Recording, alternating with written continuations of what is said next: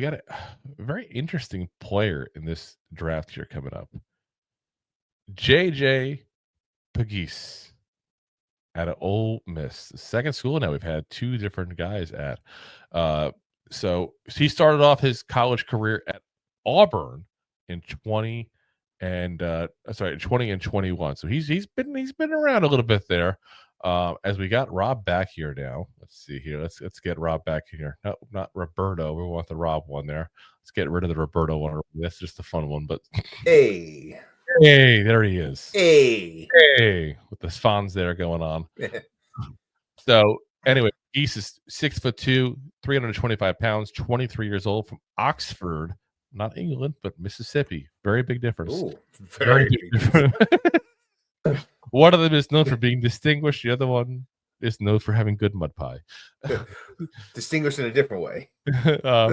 This past year, 13 games, 42 tackles, 14 tackles for loss, 3.5 sacks, 1 pass deflected, which is as many Mississippi listeners as we now have, 1 fumble recovery, and a 74.6 PFF grade. He's physical, strong upper body. He's good against double teams, which is always nice. Active hands. I love that in a defensive tackle. I love that in any kind of lineman in general, offensive, defensive. I want like that fist of fury going at that point there, which sounds bad, but no, it's a good thing in this. So, you want the hands always moving, always looking for that weakness, always looking for what move you can put on the opposing player doing there. He moves his lower body well.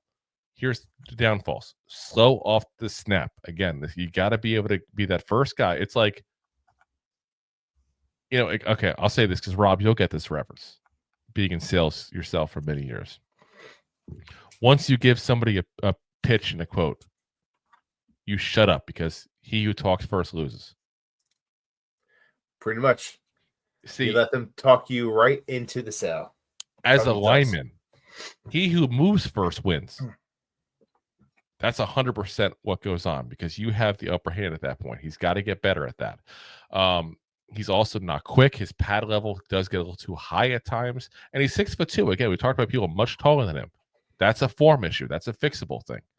I think he's going to go round 4. That's where I think. Now, what's interesting about him is he's not just a defensive tackle. But wait, there's more. Act now. And you also get yourself an intriguing offensive player as well.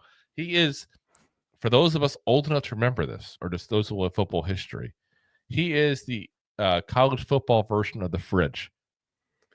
Oh, he's been playing running back this past year. And he actually started off as a tight end in his college career. This year he had 21 rushes for 69 yards. Now here's the crazy part. Of those 21 rushes, guess how many of them were touchdowns? 7. 1/3 of his carries ended up as a touchdown. Now, granted, that's obviously skewed because he used him as a goal line back. I'm not going to try to say otherwise. It's not he's doing 90-yard runs down the field here. But you're looking at a guy to between the half a yard to 3 yards at the line. Yeah.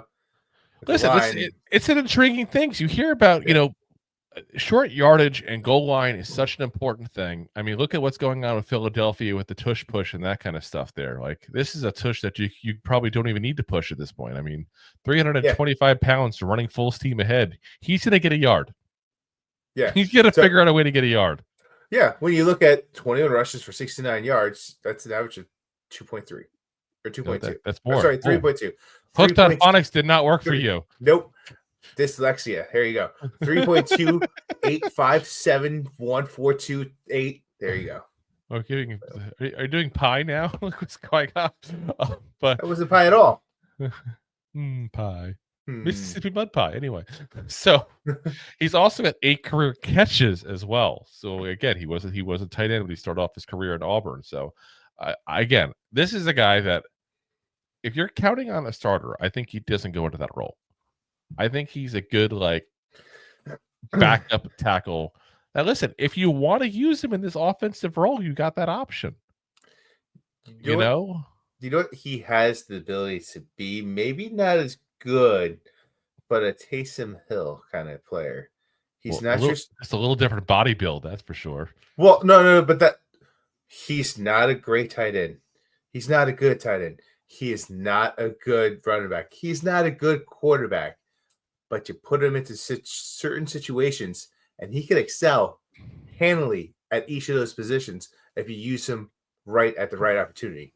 Like, there was one week, going back to fantasy, Taysom Hill was a top 3 quarterback. And you're bringing it to fantasy. Well, what you're saying, but like you bring a player like this in, like you get him cheap because you're going to get him in the 4th round. You're going to get him in the 5th round, and you have the ability to use him as your backup.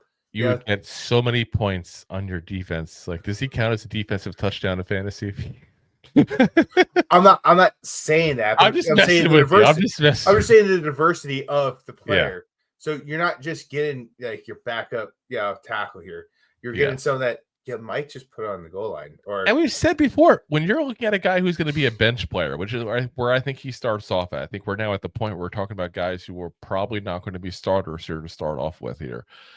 I think Pegues is one of those guys you can go ahead and say, you know what, we're going to put you on the bench, but you're going to make this team because we also know we can use you in a goal line situation, a 4th and 1 kind of situation, that kind of thing. And listen, we're going to make a second reference to him. Even Eddie Lacy wasn't 325 pounds. Like, that's a big goddamn running back at that point there. You know, well, that's what I'm saying too. Like, Brandon Jacobs wasn't that big either. You're going for 2, and someone calls a penalty, and now you're half of the distance to the goal line. Yeah. Go for it. Yeah. I'm telling you. Like I said, it's an intriguing kind of thing to put in the fold here as a potential reason why you go, you know what? Which one do I want of these guys? Okay, let's go with this guy because he brings that to the table as well as nobody else does. Or even like you said, he started off as a tight end. You set up and run back. You set up a little play action, and he runs a little screen or a little up the middle, and 2-point conversion like that.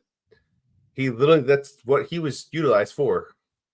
Yeah, 100%. So, if you like that clip, then you will love the full episodes too. Find us on your favorite podcast app and look for us on all your favorite social media platforms. Thanks so much. Please,